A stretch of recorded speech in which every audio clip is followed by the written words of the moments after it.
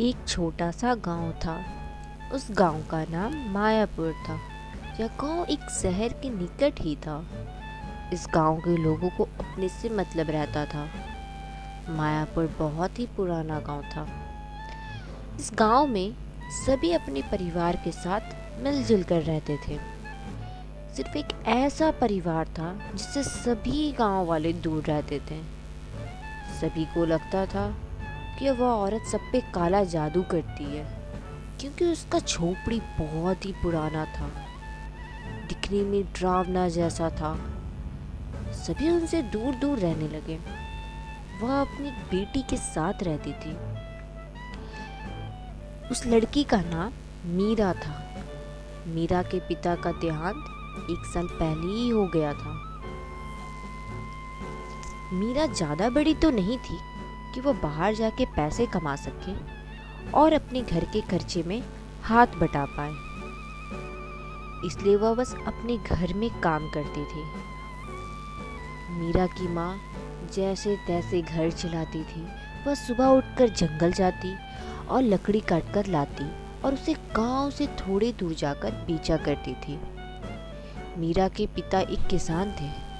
उनके देहांत के बाद घर चलाना मुश्किल हो गया था, इसलिए वह अपने हिस्से का खेत गांव के साहूकार को बेच दी। वह पहले सबके घरों में जाकर काम मांगी, लेकिन किसी ने नहीं दिया, क्योंकि सब उन्हें डायन कहने लगे। सबका कहना था कि वह अपने पति को निगल के खा गई है या काला जादू करती है। गांव में किसी के घर का भी बच्चा बीमार होता तो सब उसे ही कहते कि हमारे बच्चे पे इसने काला जादू कर दिया है। उस गांव में मीरा और मीरा की माँ का रहना मुश्किल हो गया था। उनकी टूटी फूटी झोपड़ी में एक ऐसा कमरा था जिसमें सबको लगता था इसमें ही ऐसा कुछ है जिसमें मीरा की माँ कुछ करती है। पूरे गांव के सामने कोई भी सबूत नहीं था जिससे वह उन्हें गांव से बाहर कर सके कि यह काला जादू करती है।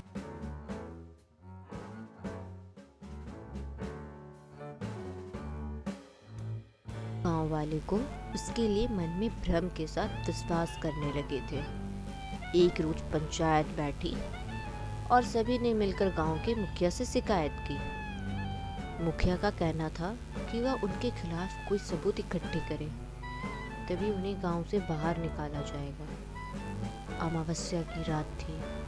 गांव का एक आदमी था जिसका नाम भोला राम था। वह मीरा के परिवार से जलता था, इसलिए वह उन्हें निकालने के लिए सबूत इकट्ठे करने लगा। भोला राम अमावस्या की देर रात होने का इंतजार कर रहा था। अचानक उसे रोने की आवाज सुनाई दी और वह अपने घर से उठकर बाहर आया तो वह आवाज मीरा के घर से आ रही थी। तो वह खिड़की से झांक कर देखने लगा। तब वह ऐसा कुछ देखा जिसे देख के उसे अपने में खराब लग रहा था। उसने देखा कि मीरा के घर में जो वह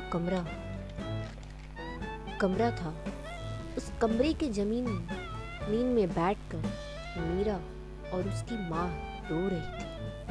मीरा रोते रोते अपनी माँ से कह रही थी, मत रो माँ, मेरा भाई जहाँ है वहाँ बहुत अच्छे से है। तब मीरा की माँ बोली, हमें इस गांव से निकाला जाएगा तो मैं अपने बेटे को लेके जाऊंगी। इतना सुनते ही भोला राम की हड़बड़ाहट से मीरा और उसकी माँ की नज़र खिड़की में जाती है। वह लोग डर जाती है कि अब उनकी सच्चाई गांव वाले के सामने आ जाएगा।